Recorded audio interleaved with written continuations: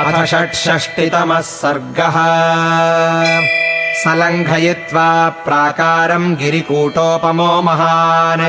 निर्ययौ नगरात्तूर्णम् कुम्भकर्णो महाबलः ननाद च महानादम् समुद्रमभिनादयन्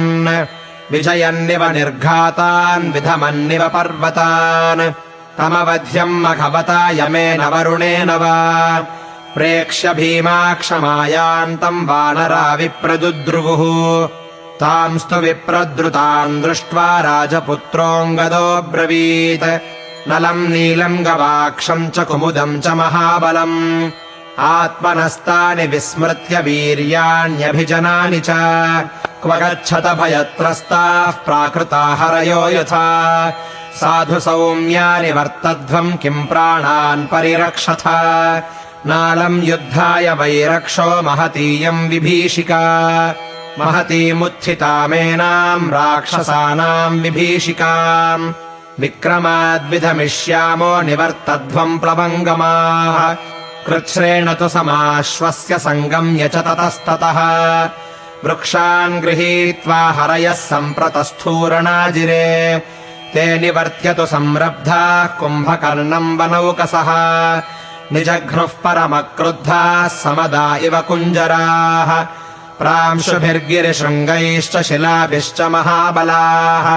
पादपैः पुष्पिताग्रैश्च हन्यमानो न कम्पते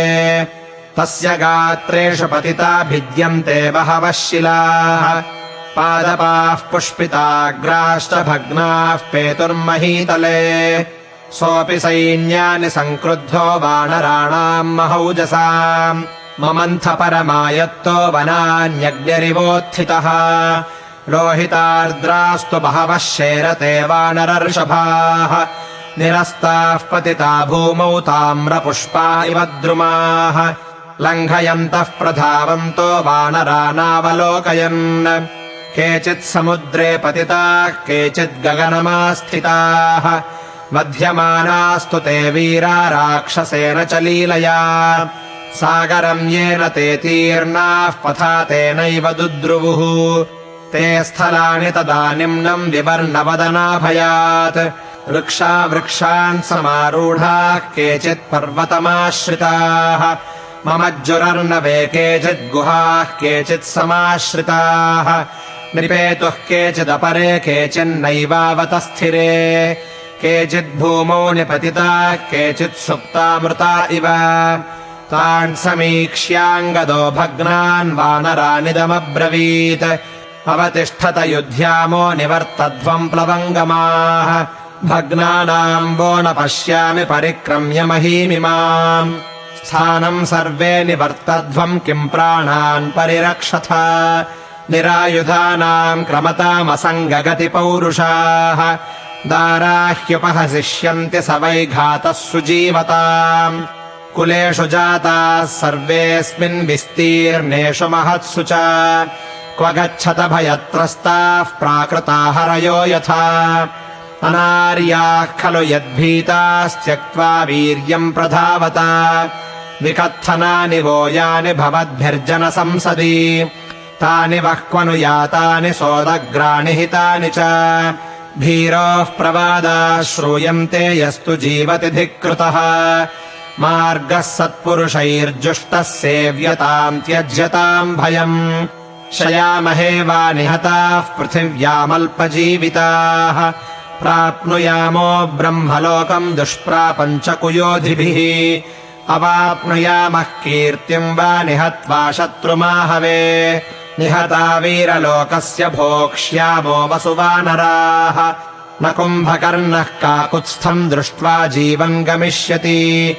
दीप्यमानमिवासाद्य पतङ्गोज्ज्वलनम् यथा पलायनेन चोद्दिष्टाः प्राणान् रक्षामहे वयम् एकेन बहवो भग्ना यशो नाशम् गमिष्यति